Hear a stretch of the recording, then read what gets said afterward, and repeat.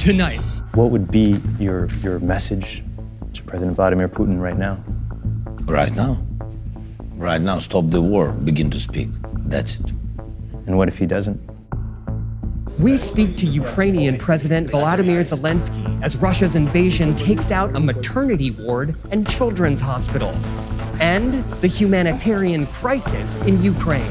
Right now we're seeing hundreds of families streaming out from Irpin, just a little up the road here. You know, over the past 12 days, this is a town that's been consistently bombed. We're hearing that these people wanted to get out, but they just couldn't. Then millions have fled. Val Kipnis takes us to the Polish border, where people who left their whole life behind now face an uncertain future. Plus, in Russia, information about the invasion is mostly propaganda. Alec Loon tracks the staggering crackdown on anyone who's spoken out against the war.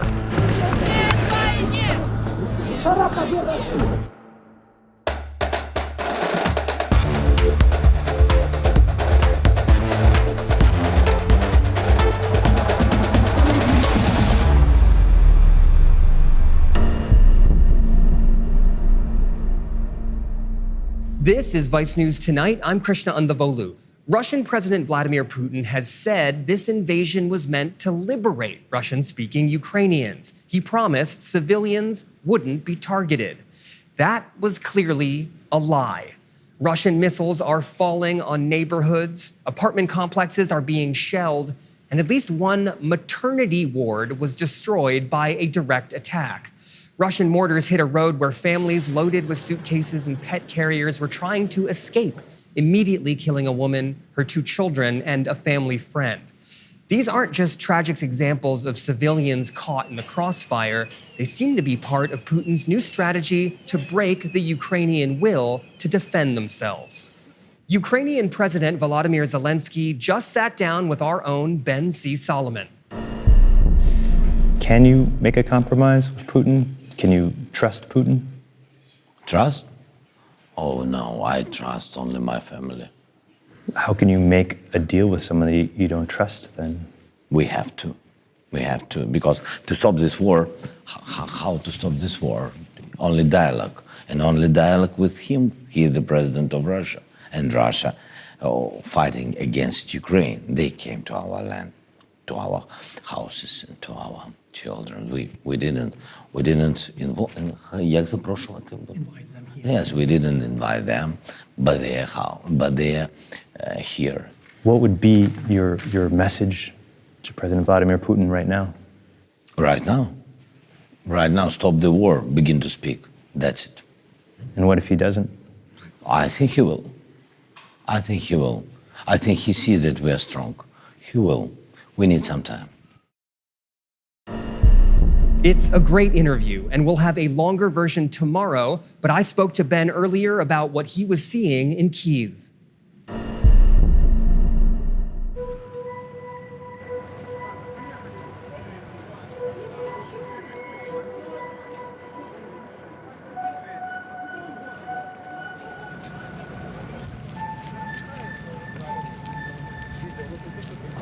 So right now we're seeing hundreds of families streaming out from Irpin, just a little up the road here. Over the past 12 days, this is a town that's been consistently bombed. We're hearing that these people wanted to get out, but they just couldn't.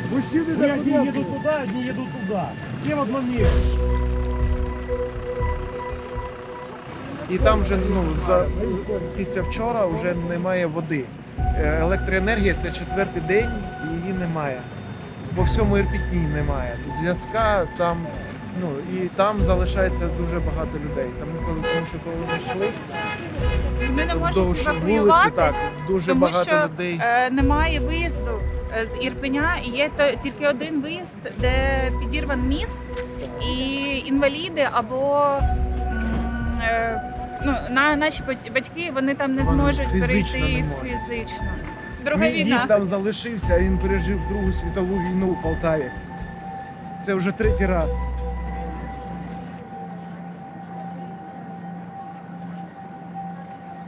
What have you heard about what's happening inside the city there? As I know, it's like a day the Russian military army just go in different buildings, just sit and wait. They try to change the clothes for civil people and try to go out from the European. Oh, so you're hearing that the Russians are taking off their uniforms and yes. trying to blend in? Absolutely. Are you worried that they're going to advance? We're Ukrainian. We don't worry. We're fighters. As you see, that's like grandmother, grandfather, Ukrainian soldiers. Everybody try to do what they can. How has it been for you and your family there? How has the past few days been under siege? Жахливо, ми сиділи в підвалі, враховуючи, мабуть, з самого початку, як спустились в підвал, так і буквально ходили на одну хвилинку. Паніка. Діти на вулицю вийшли сьогодні вперше у нас. Страшно, коли ми ще йшли по дорозі, то ми навіть бачили техніку розбиту, бачили і навіть лежав, мертва людина лежала. Вони не все розуміють, звичайно.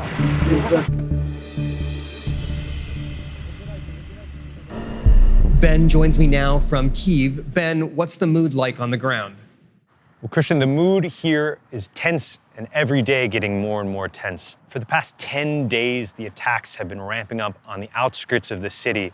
And really here in Kyiv, you can feel the borders closing smaller and smaller. So for people here in the city, the feeling is that soon they're going to be able to punch through the lines and the Russians will be able to take more and more control. So people are preparing themselves for that. But outside of the city, in places like Irpin, where that video was, people have been living under constant attacks for the past 10 days. Those people are streaming into the city. They haven't had water. They haven't had electricity. The reality for them is that that situation might soon come here. We're hearing reports that in 10 days, 14 days, this city, Kyiv, might run out of water. So the stranglehold of the Russian military is taking its effect, and people here are getting really nervous as to what happens next. Irpin in that clip has been a really shocking example of possible war crimes by the Russian side. But you've also been in Kyiv, Lviv, and Odessa. What are you hearing about the targeting of civilians? Well, from what we're seeing here, it's been clear targeting of civilians by the Russian forces all over the cities. In Irpin, clearly, the past few days, there's been really recent aggression just towards the people that were walking out and evacuating from the city.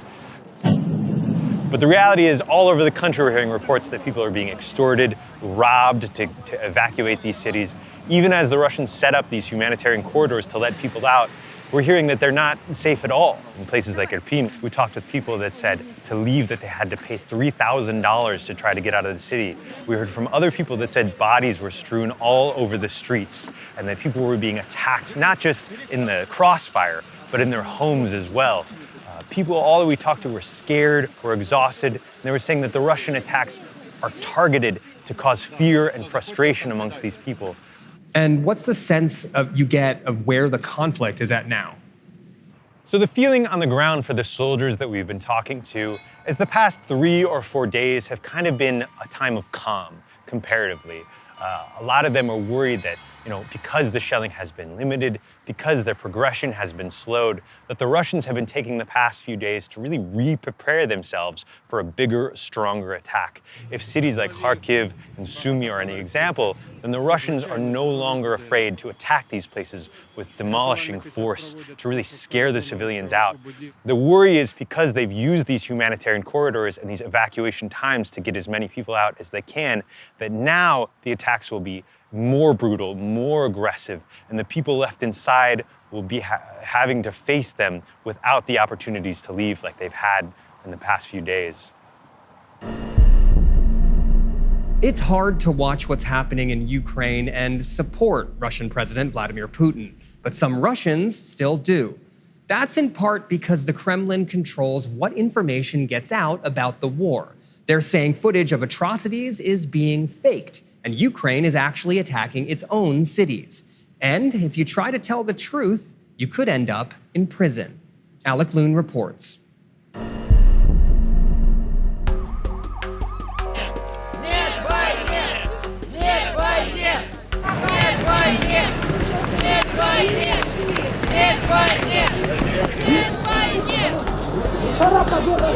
A man has just unfurled a poster here, anti-Putin poster here against the war.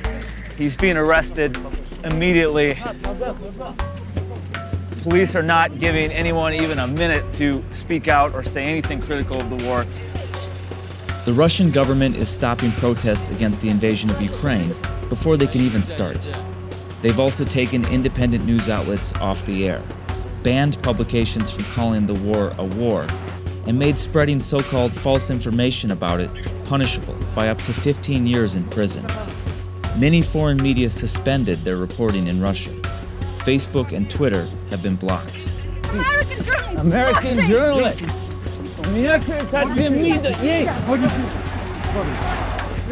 Я журналист. Пресса. Я пресса.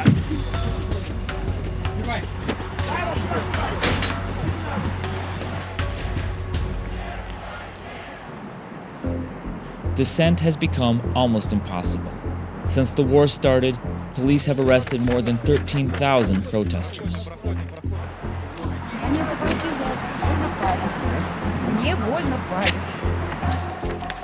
Olga, a doctor and anti-war activist, has been arrested dozens of times. This time, police let her go with a fine after several hours in custody.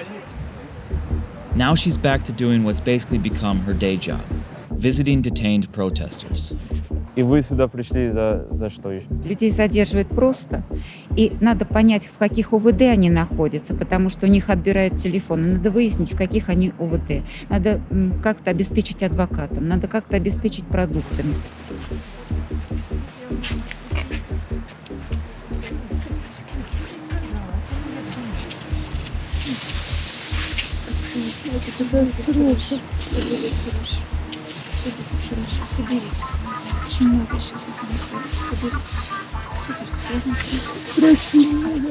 I have a lot of very close people everywhere in Ukraine right now, and they're all being bombed. And I just didn't sleep for 3 nights. What does it feel like to see your country do something that you disagree so much with? I just think that somebody has to stop it.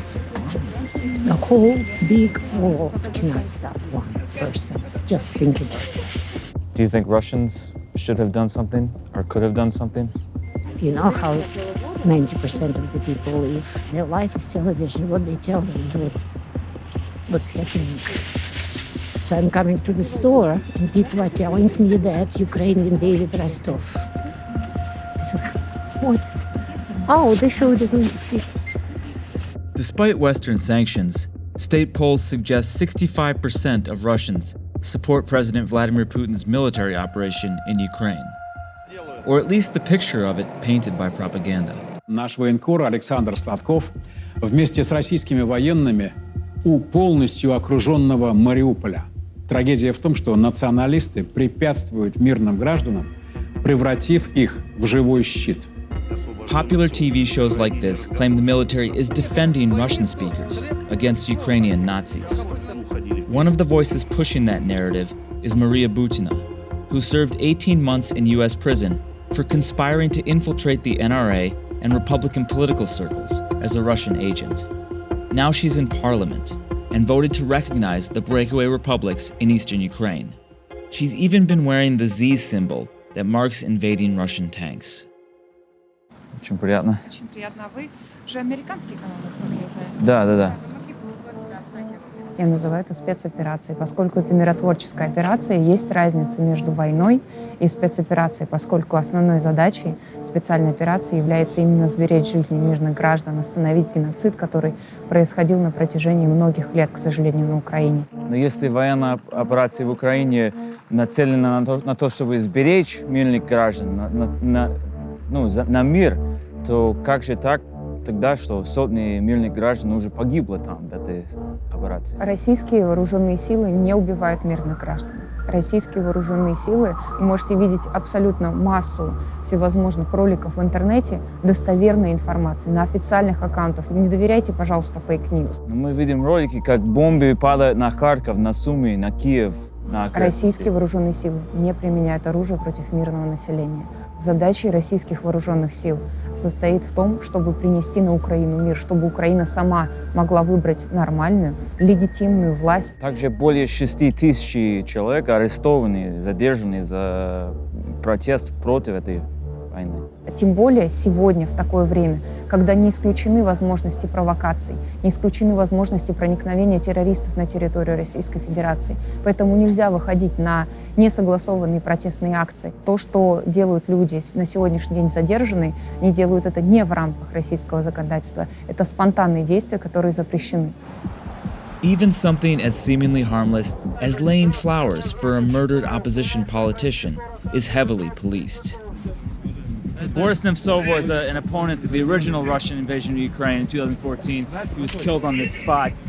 People are trying to commemorate his death today by laying flowers at the spot where he was shot dead, but police are moving people on. Нет войне! Нет войне! Нет войне! Many suspect the Russian state played a role in the shooting of Nemtsov, an outspoken critic of Putin. This year, people are coming out both to honor Nemtsov's memory and to protest the conflict in Ukraine. Почему вы решили сюда прийти сегодня? Потому что у нас большое горе. И случилось это горе очень давно. И мы с этим ничего не сделали. И Борис Ефимович был прав. И нам очень сильно его не хватает. Извините. Что вы имеете в виду, что он был прав? Он говорил о том, что нас ждет. Проходим дальше. Дальше проходим. Проходите дальше. И сейчас с ужасом понимаю, что то, о чем он говорит, это оказалось правдой, совершенно чудовищной, трагической. In the years since Nemtsov was killed, most opposition politicians have either fled or been jailed. Он говорил, Путин — это война. Путин — это война, он писал об этом, он предупреждал об этом. И, собственно говоря, за это его убили. Война, то, что делается с гражданским обществом, свобода слова, с выборами, которые выборами никак не назовешь. Это все ведет в никуда страну. А что дальше будет для России и для Украины, как вы думаете? Я молюсь каждый вечер, каждое утро, каждую минутку за то, чтобы Украина победила. За то, чтобы люди, которые там стоят, которых страна-оккупант бомбит, чтобы они победили. Что ожидает Россию? Я никуда не уеду из этой страны. Это моя родина. Я несу ответственность за нее, понимаете? И я надеюсь, что у нее тоже будет будущее. Но должно пройти время.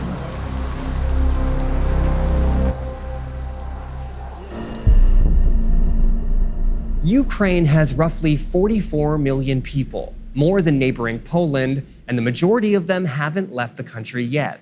But it's important to remember this invasion just started. And before long, millions more could be trying to escape. Val Kipnis has more.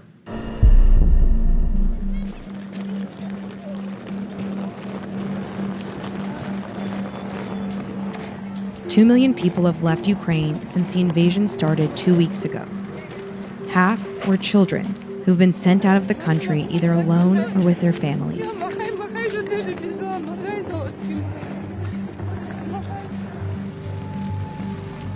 Людмила is from Kyiv. It took her 4 days to get to the Polish border with her 2 young girls. В какой момент вы решили уехать?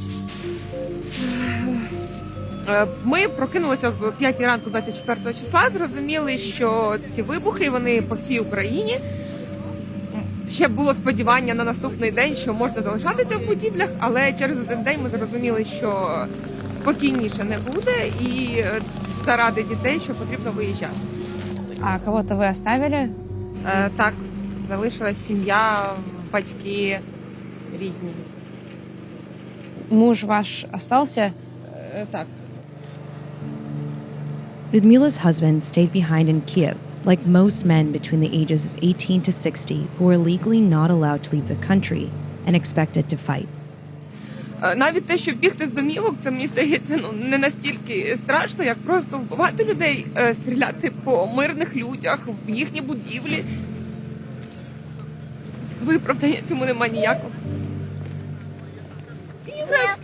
Ні, папи нету. Що, якого вибираєш? Я. Тримай. Привіт. Ми довго їхали, втомилися. Помоги одеть. Давай потім, добре? Дякую.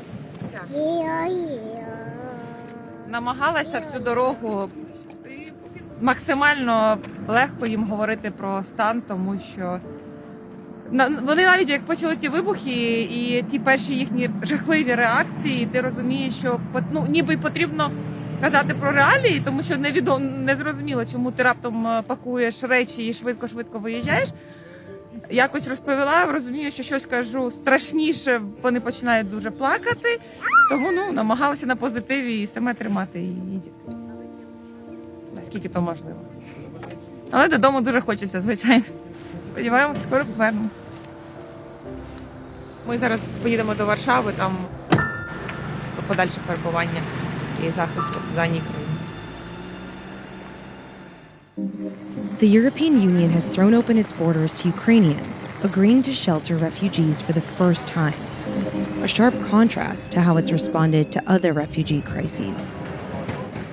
8 miles away from the border crossing is Przemysl Station, the first train stop into Poland for people coming from Ukraine. Transportation hubs are overwhelmed with people fleeing, as well as with those headed in the opposite direction, into Ukraine. Ukraine is asking for volunteers from outside the country to join them. Already, more than 60,000 men have come over to help, according to Ukraine's Minister of Defense. Many of those going back are Ukrainians working abroad. Женщин сюда, мужики туда. У кого храбрости хватает вернуться. Не у всех. Ну и вы как на это готовы? Конечно, готов. Когда-то держали оружие, вы знаете, как это делать? Там даже не суть дела, что держать оружие. Там даже помогать людям. Андрей.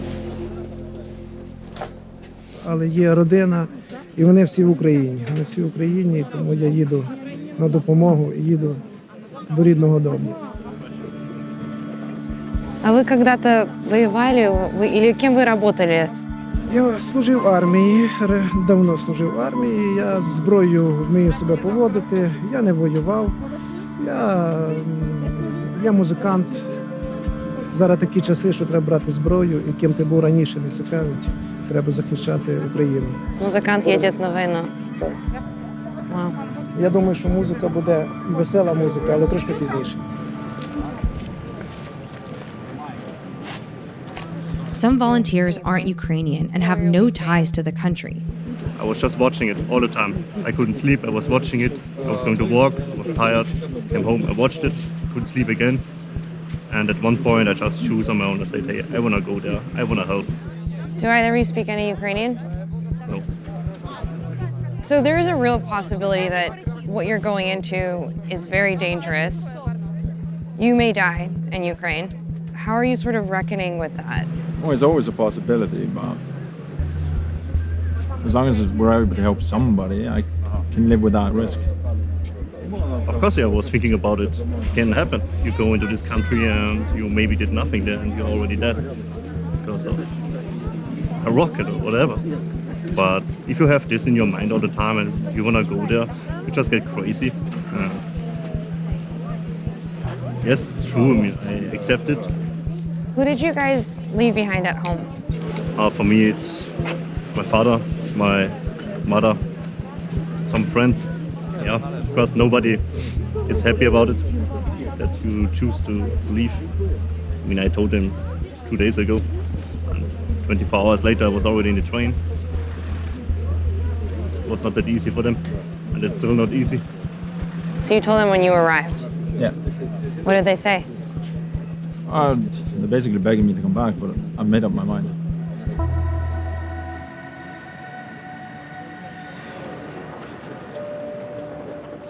After people get off the train, most of them come up here. There's rooms designated for women and children that are meant to serve as help locations, but also just a place for them to rest and eat. The signs here say things like information about living and housing, where water and food is. Here, it just says that you can get a free SIM card. For those who don't have a ride or an idea of where to go next, most go here. Особенно первые дни меня трясло до такого ужаса. Я спать не могла, я просто закрываю глаза, там бомбят, я их открываю. Ребенок спал, а я нет. И вот я как зомби. Ophelia is a single mom who left home with her 8-year-old William and their 2 cats. Я в отсутствии чувства реальности, времени, не понимаю, какая дата, сколько время. Я не могу абсолютно спланировать ничего. Я прошу всех, пожалуйста, помогите мне, спланируйте, купите билет. Я не знаю, что делать, потому что я не сплю, я не могу спать. Но я не могу только принять войну, потому что абсолютно глупая вещь. Ну, никто не хочет Третью мировую, но, по-моему, она уже есть. И я думаю, боже мой, вся Украина теперь руины будет. У меня папа был дитё войны, вот у меня теперь дитё войны. Скажи, что ты думаешь о войне? Бандиты быстрее человека. Страшно? Ну, страшно. Да. Ну, ты хорошо держался, молодец. Ты устал? Он зомби. Да. Он зомби, такой Ты же, должен как мама. сегодня поспать, да? Да. Ага. Ничего, скоро приедем уже, и все будет хорошо, да? Да. Он единственный, кто не паникует. Благо, успели уехать. Но я надеюсь, достаточно ли далеко?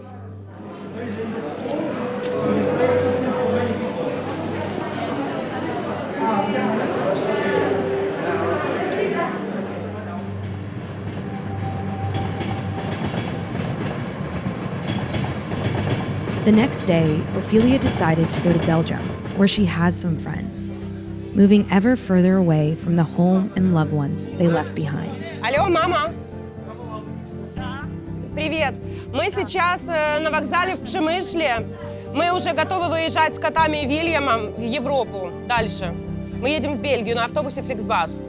Так что не волнуйся, все будет хорошо, пожалуйста. Береги себя и не находись возле окон, хорошо? Давай, доедай быстрее, допивай сок, если ты его не допил. Документы. Ну, во сколько ждет? Через 30 минут мы выезжаем. Вільям, одівай курточку. Курточку одівай. До побачення, дуже дякую. До побачення. До побачення. Ручку дай, держи. Окей. Ви можете йти. Дуже дякуємо вам. Бережіть себе. Дякую, герої слава. Так, видно Зевса? Дома Зевсочка. Не надо это открывать, Вильям, не надо. It's our bus. Так? 13:60. Oh, yes, oh, yes. Мы это сделали.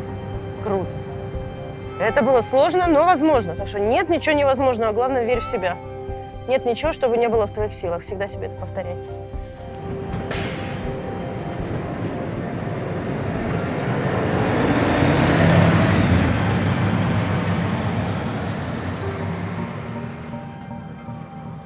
As the Russian military escalates its attacks on humanitarian corridors and targets civilians, the exodus out of Ukraine is only expected to grow. And the country that people left behind may not be there when they return. Нам сегодня позвонили соседи, которые остались там, им некуда выехать. Они сказали, моего дома нет, потому что упал снаряд. Разлетелся полностью мой дом. И у меня квартиры нет, у меня дома нет, куда мне вернуться? Я хочу вывести ребенка. Все, я больше ничего не хочу. Я хочу, чтобы наши мужчины вернулись сюда и отвоевали землю нашу. Все.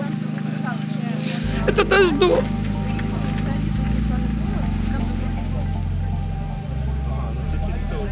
Просыпайся. Егор, просыпайся. Да, я знаю, мы маленький. Ты все проснулся. Сейчас пойдем уже, сейчас он видит, и пойдем уже, пойдем, где будет тепленько, я тебя согрею, хорошо? Хорошо?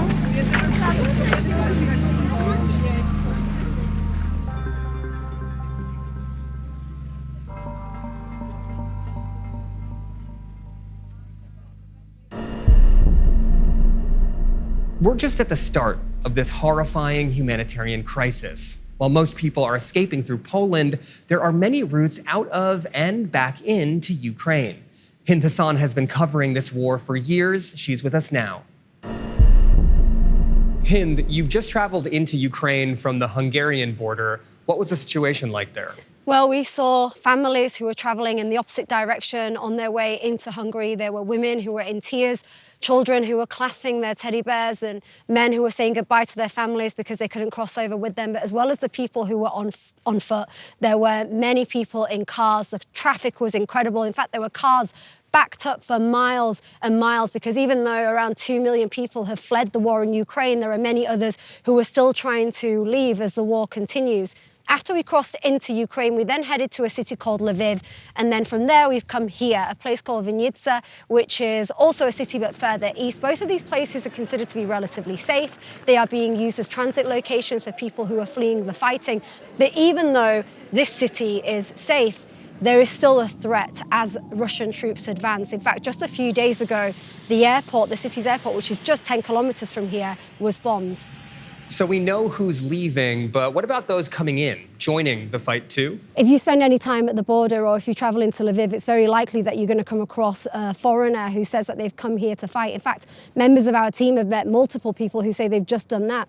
One man said that he was a 53-year-old Canadian who'd paid for an advertisement on Canadian radio station in order to make a call for donations to help him travel to Ukraine and fight. And as a result, people donated money. Somebody actually paid for his plane ticket into Poland, and it was at the Polish-Ukrainian border where he met a member of our team and asked him where he could get hold of an AK-47 from, because he'd heard that guns were being given out to people who were willing to come and fight in Ukraine. There's also a 24-year-old man from Hong Kong who said that he was ready to die fighting for democracy. But the issue is that there are a number of people who've come here to fight and they don't have any military experience. They've never been in a war, they've never been in a conflict, and they're taking unofficial routes, traveling by themselves in order to try get to the front line and fight.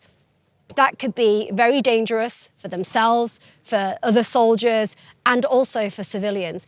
But there are people who are taking more official routes. The Ukrainian government is trying to encourage people to come to Ukraine and fight. And they say that so far, 20,000 people from 52 different countries have actually signed up to join the Ukrainian military. They're going to Ukrainian embassies, signing up for the International Legion, and then making their way into Lviv, where they hope to be processed and then assessed and join the military. And they also include ex-soldiers or people who have previous military experience. Hind Hassan, thank you. For the last few years, even mentioning the word Ukraine to many Republicans could get a response about Hunter Biden or Burisma or a perfect phone call. But how you talk about a place changes after it's been invaded. The GOP is now trying to find ways to keep it partisan without putting too much focus on the conservatives that actually think Putin's not all that bad.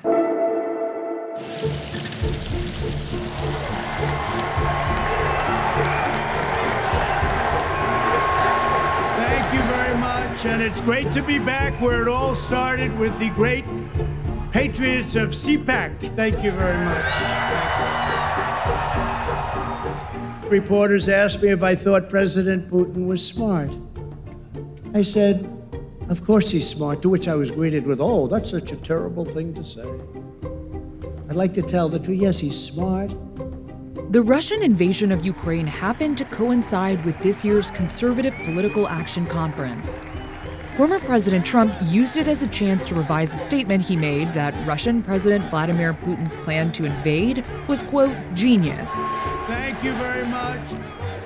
For many attendees, this year's CPAC has been about threading a needle, figuring out how to stay pro-Ukraine while remaining loyal to Trump. Recently, the former president reacted in a podcast and said that he thought that it was genius that Putin had invaded Ukraine. Do you think it was genius that he did that?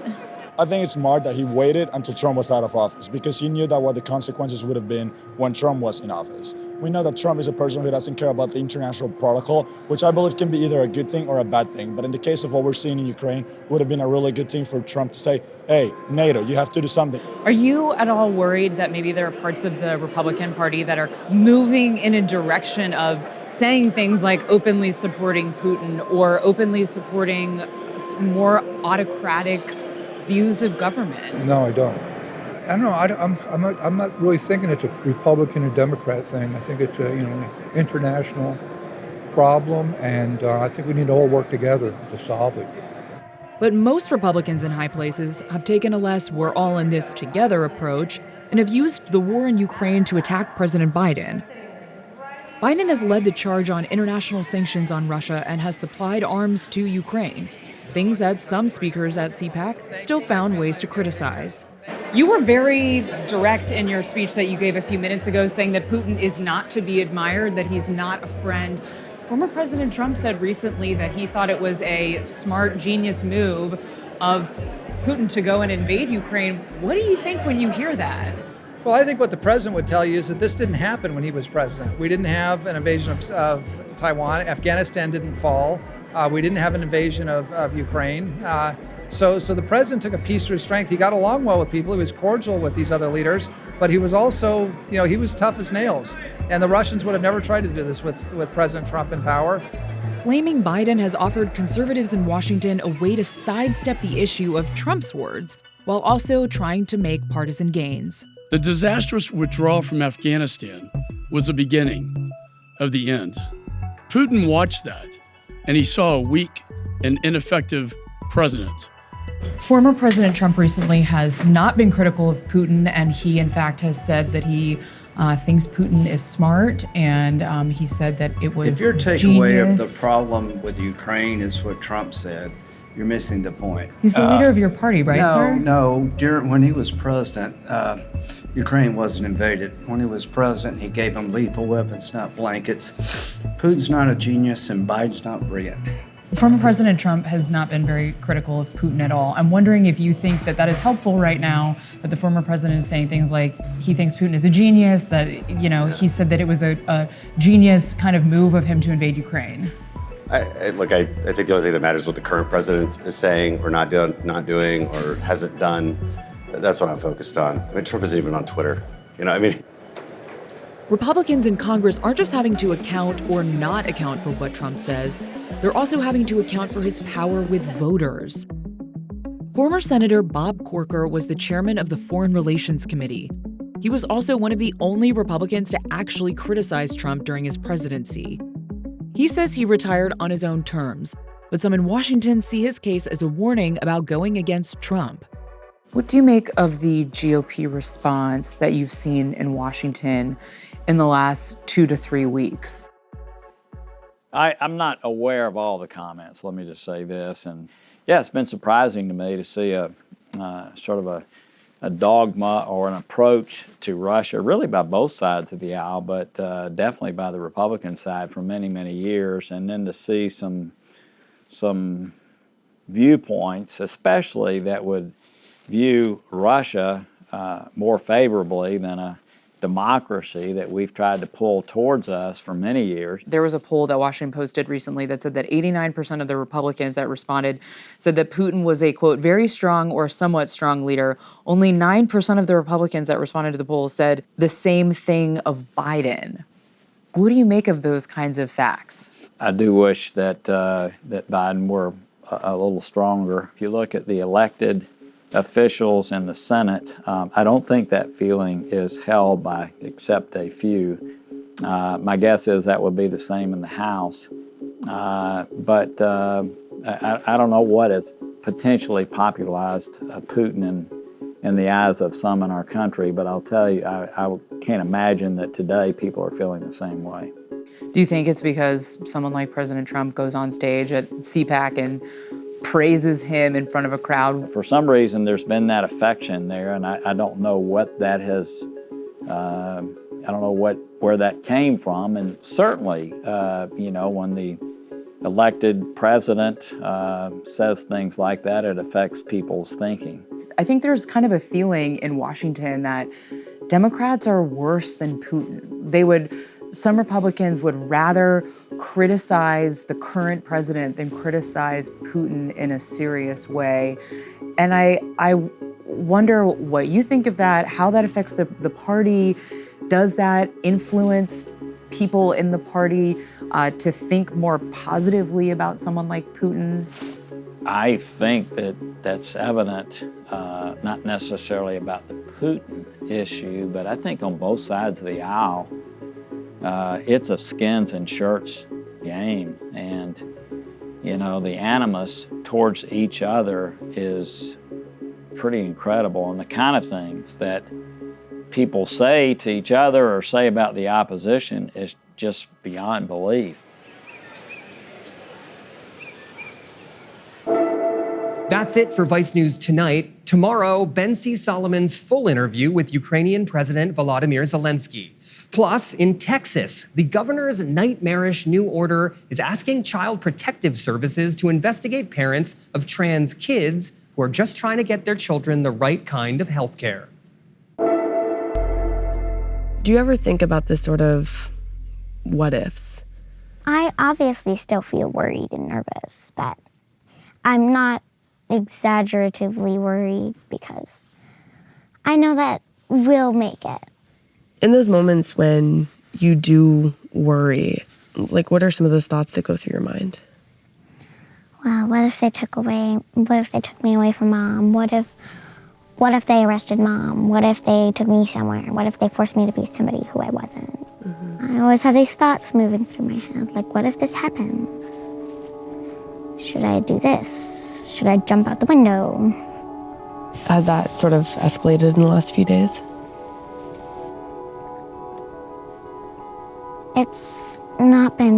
It's been getting a bit worse, but whenever I needed some help or anything, I would let one of my friends know, like Sky, or let my mom know, and we would chat.